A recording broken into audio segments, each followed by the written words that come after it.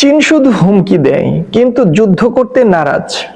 এটা আপনি ও আমি প্রায়ই শুনে থাকি, বিশেষ করে পশ্চিমা মিডিয়াগুলো থেকে। সাম্প্রতিক সময়ে চীনের সেনাপ্রধানকে হঠাৎই দায়িত্ব থেকে সরিয়ে দেওয়া হলো। অভিযোগ পরে গুরুতর শৃঙ্খলা ও আইন লঙ্ঘন। সরকার এ বিষয়ে বিস্তারিত জানায়নি, কারণ চীনের বিষয়গুলো অধিকাংশ সময় গোপনই থেকে যায়। তবে এই ঘটনা শুধু একটি ব্যক্তির বদলি নয়, এটা বড় পরিসরে চীনের সামরিক ও রাজনৈতিক কাঠামোর এক ধাক্কা হিসেবে দেখা হচ্ছে। কারণ ভারত সীমান্ত এবং তাইওয়ান ইস্যুতে বিচক্ষণ সেনাপ্রধানে মনোযোগী চীন। আর চীন যেন যুদ্ধের প্রশ্নে সতর্ক, কিন্তু নিয়ন্ত্রণ ও শক্তি প্রদর্শনে খুব দৃঢ়। এই অবস্থায় সেনাপ্রধানের সরানো সিগন্যাল দেওয়া যে শি জিনপিং নেতৃত্বাধীন পার্টি ও সেনা ব্যবস্থায় আরো নিয়ন্ত্রণ ও শুদ্ধি হতে পারে।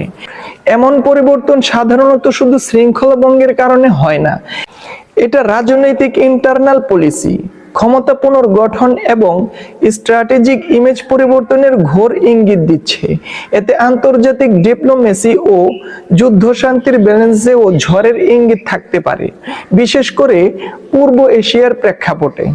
তাই প্রশ্নটা শুধু কেন সরানো হলো এটা নয়, প্রশ্নটা হলো এটা কি চীনের ভবিষ্যৎ সামরিক নীতি ও আন্তর্জাতিক স্ট্র্যাটেজিতে একটি বড় পরিবর্তনের সূচনা।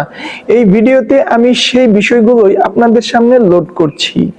এটা রাজনৈতিক টেকনিক নাকি চীনের গেম চেঞ্জ মুভ? কমেন্টে জানাবেন।